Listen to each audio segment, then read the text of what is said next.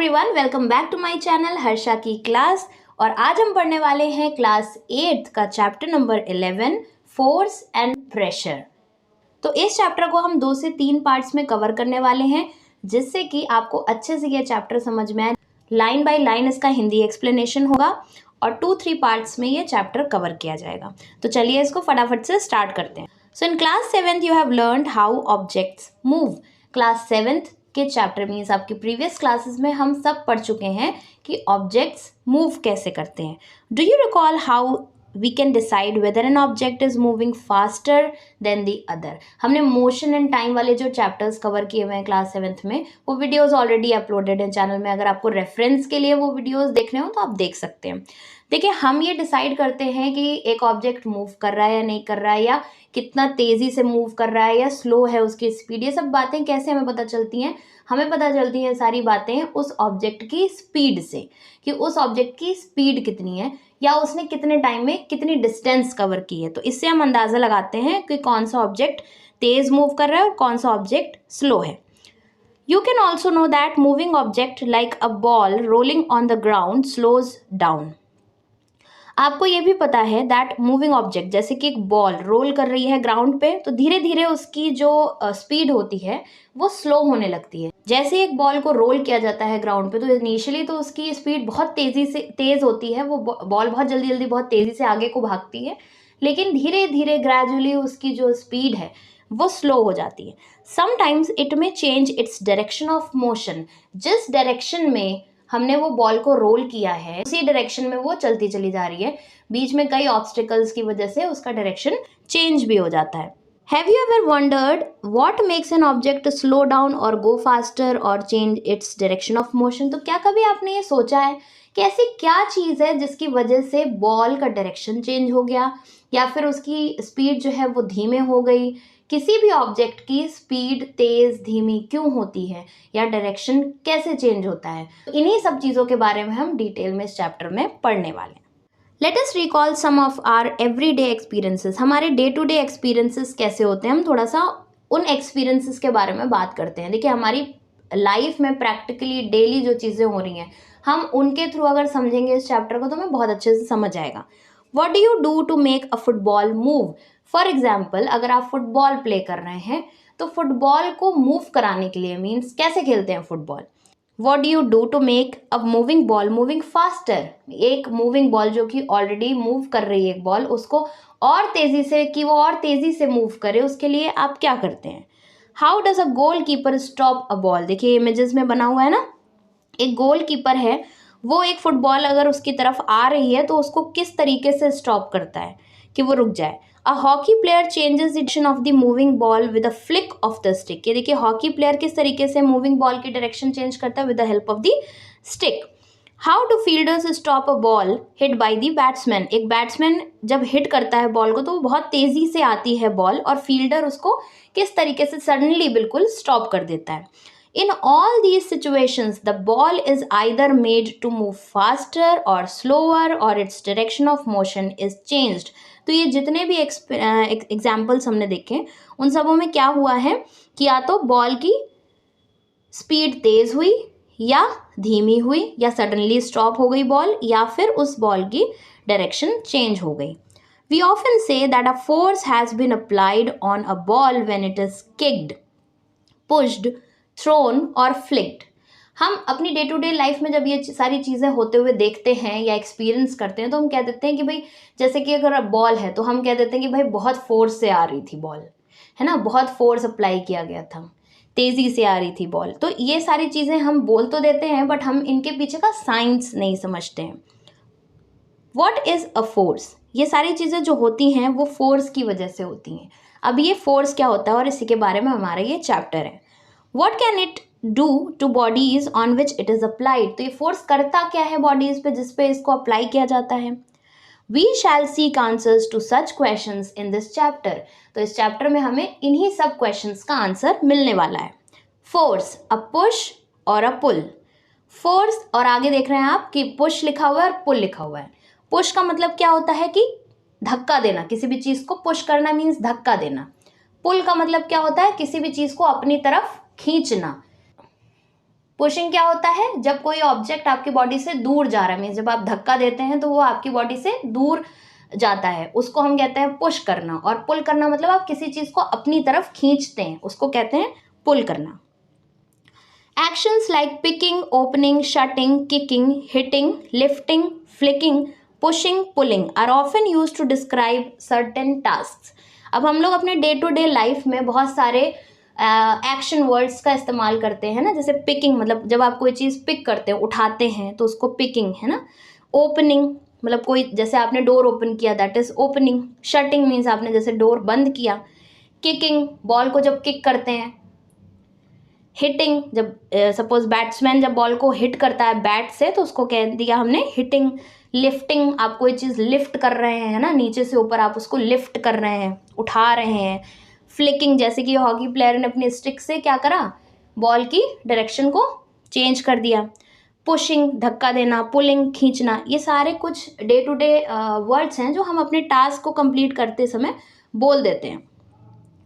Each of these actions usually result in some kind of change in the state of motion of the object. State of motion क्या होता है, सबसे पहले तो हमें ये पता होना चाहिए कि जो टर्म आ गया है यहाँ पे state of motion of an object, इसका मतलब क्या है।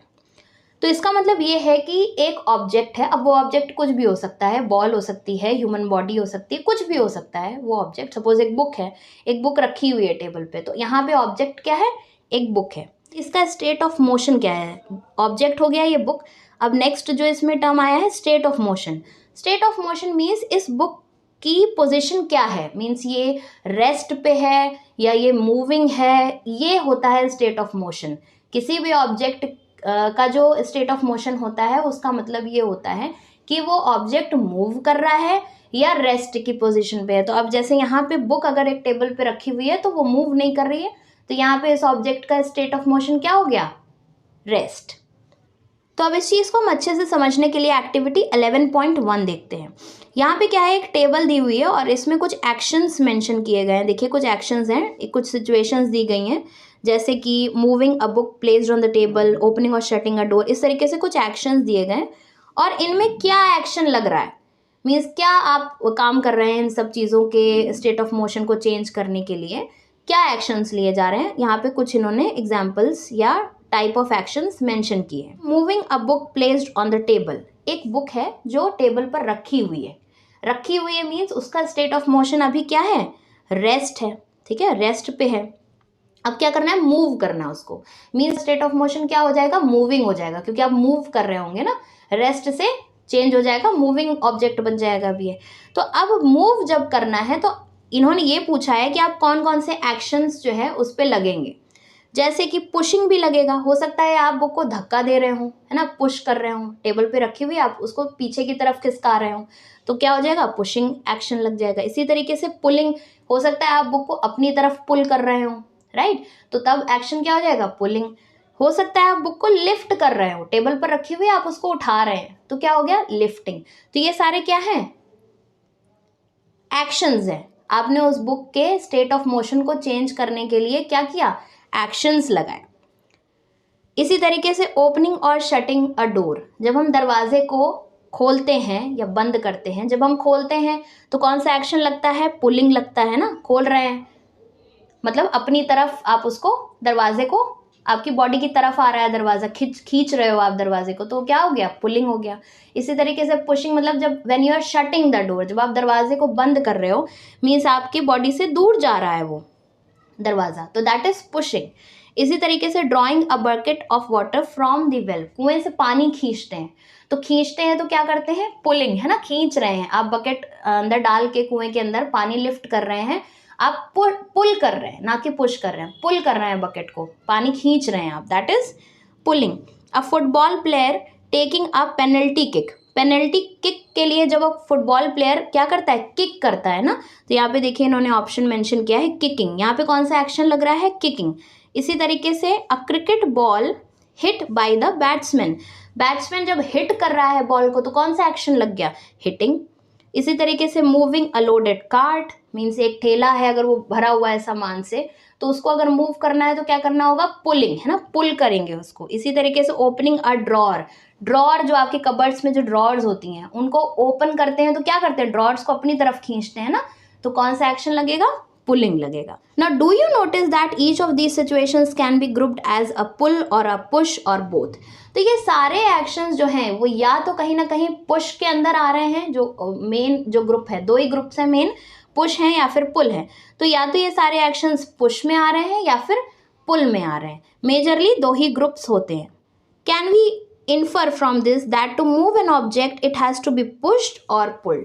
तो क्या हम इन सभी एग्जाम्पल से ये बात समझ सकते हैं कि या तो किसी ऑब्जेक्ट को हम पुश करते हैं या फिर पुल करते हैं. In order to change its state of motion, state of motion बदलने के लिए या तो ऑब्जेक्ट को पुश करा जाता है या फिर पुल करा जाता है. In science, a push or a pull on an object is called a force. तो यहाँ मिल गई आपको force की definition, very very simple definition. Force क्या होता है? Whenever you push or pull something, it will fall under the term force. उसी को हम कहते हैं force. जब भी हम किसी ऑब्जेक्ट को पुश करते हैं या फिर पुल करते हैं तो उसका मतलब ये होता है कि हमने उस ऑब्जेक्ट पे फोर्स लगाया हुआ है. इसीलिए फोर्स को दूसरी तरीके से हम सिंपल भाषा में क्या कह सकते हैं, फोर्स मीन्स आइदर पुश और पुल. Thus we can say that the motion imparted to objects was due to the action of force. अब हम ये कह सकते हैं कि या तो हमने पुश करा या पुल करा किसी ऑब्जेक्ट को, तो इसका मतलब ये है कि हमने उस ऑब्जेक्ट पे फोर्स लगाया. When does the force come into play? Let's find out. हम देखते हैं कि फोर्स कब पिक्चर में आता है. Force are due to an interaction. तो सबसे पहला पॉइंट ये आता है कि फोर्स तभी लगता है किसी ऑब्जेक्ट पे जब बॉडीज का आपस में इंटरैक्शन हो. सपोज एक बॉल है और एक बैट है. बॉल यहाँ पर रखी हुई है इस जगह पर और ग्राउंड पे बैट अलग रखा हुआ है दूसरी जगह पर. अब इन दोनों बॉडीज के बीच में कोई इंटरैक्शन नहीं है, ना ही बॉल हिट हो रही है बैट से, ना ही बैट बॉल को हिट कर रहा है, दोनों अलग अलग रखे हुए हैं. तो आपको दिख रहा है कि इन दोनों बॉडीज के बीच में कोई इंटरैक्शन नहीं है, कोई कांटेक्ट नहीं है.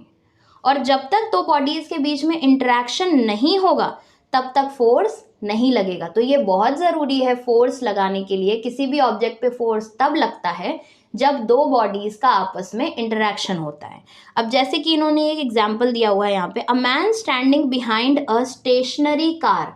स्टेशनरी का मतलब होता है रुकी हुई, मीन्स उसमें मूवमेंट नहीं है. तो ये कार खड़ी हुई है और उसके बगल में ये मैन खड़ा हुआ है. अब क्या हो रहा है, मैन और कार के बीच में कोई इंटरेक्शन नहीं है. मैन भी दूर खड़ा हुआ है और कार भी उससे दूर है. मैन ने कार को टच नहीं किया हुआ है. तो यहाँ पे क्या कोई फोर्स अब लग रहा है, कोई फोर्स नहीं लग रहा है. क्यों? क्योंकि दोनों बॉडीज के बीच में कोई इंटरेक्शन नहीं है. अब देखिए फिगर 11.2 बी में देखिए, अब इसी कार को ये मैन क्या कर रहा है, पुश कर रहा है. पुश कर रहा है मीन्स धक्का दे रहा है.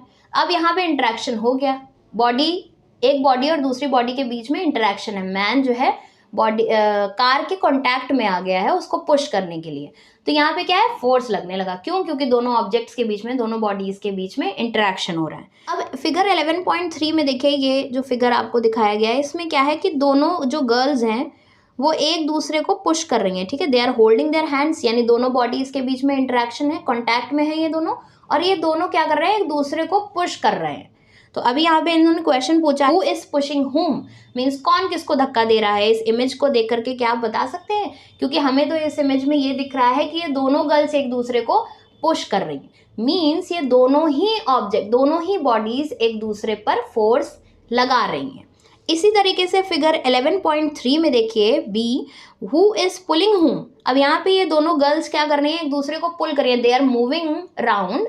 ठीक है, एक दूसरे के साथ वो हैंड्स होल्ड करके गोल गोल घूम रहे हैं. ठीक है, तो अभी यहाँ पे हम ये नहीं बता सकते कि कौन किसको खींच रहा है, दोनों ही एक दूसरे को पुल कर रहे हैं, यानी दोनों ही एक दूसरे पर फोर्स लगा रहे हैं. फिगर 11.3 सी पार्ट में देखिए, यहाँ पे क्या है, दो बॉडीज कौन सी हैं, एक तो काऊ है और दूसरा मैन है. अब यहाँ पे आपको दिख रहा होगा इमेज में that the man is pulling the cow, है ना. दोनों बॉडीज के बीच में इंटरेक्शन है पहली बात, और इसीलिए क्या पॉसिबल हो रहा है, फोर्स लग पा रहा है.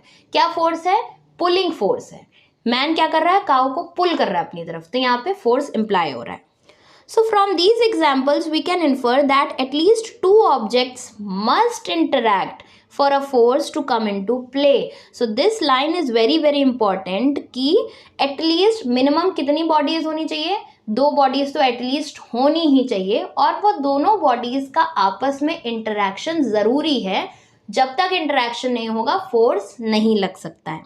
Thus, an interaction of one object with another object results in a force between the two objects. So अभी हम लोगों ने बात करी कि force किसका result होता है, interaction between two objects. I hope आपको ये बात समझ में आ गई होगी कि दो bodies के interaction से क्या लग पाता है, force लग पाता है. Now exploring forces. अब ये जो force होता है ना, ये कुछ और बातों पे भी डिपेंड करता है. अब ये चीज़ हम समझते हैं एक्टिविटी 11.2 के through. Choose a heavy object like a table or a box which you can move only by pushing hard. अभी आपने क्या करना है, इस एक्टिविटी में क्या बताया गया है. देखिए सबसे पहले तो ये इमेज देख लेते हैं और इमेज के थ्रू मैं आपको एक्सप्लेन करती हूँ कि आखिर ये कहना क्या चाहते हैं. देखिए सिचुएशन नंबर ए में क्या कहा गया है कि एक हैवी बॉक्स या टेबल ऐसा कुछ ऑब्जेक्ट आपको लेना है और आप उसको पुश करिए अकेले. तो क्या होगा, आपका जो फोर्स है, जो आप फोर्स लगा रहे हो, वो उस ऑब्जेक्ट को मूव करने के लिए काफ़ी नहीं होगा क्योंकि वो बहुत हैवी है. तो क्या होगा, ऑब्जेक्ट हिलेगा नहीं, अपनी जगह से मूव नहीं करेगा. आप धक्का दे तो रहे हैं बट वो आगे को बढ़ेगा नहीं. फिर क्या इसमें बोला गया है, सिचुएशन ऐसी दी गई है कि अब आप क्या करिए, अपने फ्रेंड को भी बोलिए कि वो भी मिल करके आपके साथ इस ऑब्जेक्ट को पुश करे. तो जब आप दोनों मिल करके पुश करेंगे, है ना, तो आपका फोर्स और आपके फ्रेंड का फोर्स, दोनों का फोर्स मिल जाएगा, ऐड हो जाएगा और ये ऑब्जेक्ट आगे को मूव होने लगेगा. सिचुएशन नंबर 2 में देखिए, अब सेम कंडीशन है, ऑब्जेक्ट वही है और आप हैं और आपका फ्रेंड है, दोनों ही फोर्स लगा रहे हैं जैसे कि पहले लगा रहे थे. डिफरेंस क्या है, ऊपर वाली सिचुएशन में आपने देखा था कि दोनों जो फोर्स लग रहे थे वो एक ही डायरेक्शन में लग रहे थे. तो वहां क्या हो रहा था, दोनों फोर्सेस आपस में प्लस हो जा रहे थे, ऐड हो जा रहे थे. तो उसका रिजल्ट क्या था कि ऑब्जेक्ट मूव होने लगा, आगे को बढ़ रहा था. इस कंडीशन में, इस सिचुएशन में क्या है कि अभी भी आप दोनों फोर्स लगा रहे हैं बट आप दोनों ऑपोजिट डायरेक्शन में फोर्स लगा रहे हैं. आपका जो फ्रेंड है वो जो फोर्स लगा रहा है उसका डायरेक्शन ये है और आप जो फोर्स लगा रहे हैं उसका डायरेक्शन ये है. तो ऑपोजिट डायरेक्शन हो गया. फोर्स तो अभी भी लगा रहे हैं बट जो नेट रिजल्ट है वो ज़ीरो है. अगर आप दोनों जो फोर्स लगा रहे हैं वो सेम ऑपोजिट डायरेक्शन में होगा और जो फोर्स लग रहा है वो दोनों इक्वल अमाउंट ऑफ फोर्स लग रहा है, मीन्स आप जितनी ताकत लगा रहे हैं उतनी ही ताकत जो है आपका फ्रेंड भी लगा रहा है इस ऑब्जेक्ट को मूव करने के लिए. तो क्या हो रहा है, बॉक्स वहीं का वहीं रहेगा, वो मूव नहीं हो पाएगा. क्यों, क्योंकि दोनों फोर्सेस आपस में क्या हो रहे हैं, अब ऐड नहीं हो रहे हैं, एक दूसरे का आपस में डिफरेंस हो रहा है, माइनस हो रहे हैं एक दूसरे से, और उसकी वजह से क्या हो रहा है, नेट रिजल्ट ज़ीरो आ रहा है. Have you seen a game of tug of war. Tug of war एक गेम होता है, देखिए इमेज में इन्होंने दिखाया हुआ है. ये गेम हम सभी ने अपने बचपन में खेला हुआ है. देखिए इसमें क्या होता है, एक रोप होती है और दो साइड में टीम्स होती हैं. तो ये दोनों टीम्स क्या करती हैं, मिल के इतनी ताकत लगाती हैं. इनका पर्पस ये होता है कि रोप को खींचना है अपनी तरफ, और जो टीम ज़्यादा फोर्स लगाती है ना, दोनों टीम्स अपनी अपनी तरफ ये रोप को खींच रहे होते हैं, दोनों पुल कर रहे होते हैं. अब जिस टीम का भी फोर्स ज़्यादा लगेगा, जो ज़्यादा ताकत से रोप को अपनी तरफ खींचेगी, तो वही टीम विन कर जाएगी. So what do these example suggest about the nature of the force. तो फोर्स का नेचर आपको पता चला इन दोनों एक्टिविटीज के थ्रू. क्या है नेचर फोर्स का, that force is applied on an object in the same direction add to one another. If the forces, अगर ये फोर्सेस ऑब्जेक्ट पे जो लग रहे हैं और वो सेम डायरेक्शन पे लगते हैं तो ये फोर्सेस आपस में ऐड हो जाते हैं. Now recall what happened when you and your friend pushed the heavy box in the same direction. आपको याद होगा कि हमने एक्टिविटी में भी अभी देखा कि जब आप और आपके फ्रेंड मिलकर के एक ही डायरेक्शन में बॉक्स को धक्का दे रहे हैं तो क्या हो रहा है, बॉक्स मूव हो रहा है. लेकिन इसका ठीक उल्टा, अगर आप दोनों लगा तो रहे हैं फोर्स बट ऑपोजिट डायरेक्शन में लगा रहे हैं तो क्या हो रहा है, बॉक्स मूव नहीं कर रहा है. तो अगर सेम डायरेक्शन में फोर्सेस लगते हैं तो फोर्सेस मिल जाते हैं, ऐड हो जाते हैं और उनका नेट रिजल्ट दिखता है कि ऑब्जेक्ट मूव होने लगता है. लेकिन अगर जो ये फोर्सेस ऑपोजिट डायरेक्शन में लगते हैं, देखिए यहाँ पे मेंशन है, if the two forces act in the opposite direction on an object the net force acting on it is the difference between the two forces. तो ये जो नेट फोर्स है, ये दोनों, इन दोनों फोर्सेस जो लग रहे हैं ऑपोजिट डायरेक्शन में, इनका डिफरेंस होता है। So we learn that a force could be larger और स्मॉलर देन द अदर और इक्वल टू ईच अदर। अब ये जो दो फोर्सेस लग रहे हैं, अभी हम मिनिमम 2 फोर्सेस की बात कर रहे हैं, तो या तो एक ज़्यादा होगा या एक कम होगा या दोनों बराबर होंगे। So the strength of a force is usually expressed by its magnitude.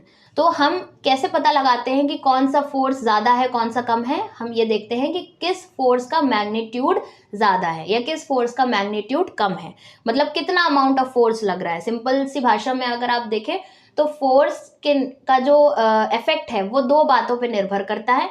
एक तो उसका मैग्नीट्यूड कितना है, मीन्स कितना अमाउंट ऑफ फोर्स लग रहा है। दूसरा डायरेक्शन क्या है फोर्स का। तो 2 चीज़ें आ गई पिक्चर में, मैग्नीट्यूड एंड डायरेक्शन। अगर डायरेक्शन सेम है तो जो फोर्सेस हैं वो आपस में ऐड हो जाते हैं, और अगर डायरेक्शन ऑपोजिट है तो दोनों जो फोर्सेस हैं वो आपस में उनका डिफरेंस काउंट होता है। और अगर दोनों ही सेम अमाउंट ऑफ फोर्स लगा रहे हैं ऑपोजिट डायरेक्शन में तो नेट रिजल्ट क्या हो जाएगा? 0 हो जाएगा। देखिए यही चीज़ यहाँ पे पहेली ने मेंशन की है।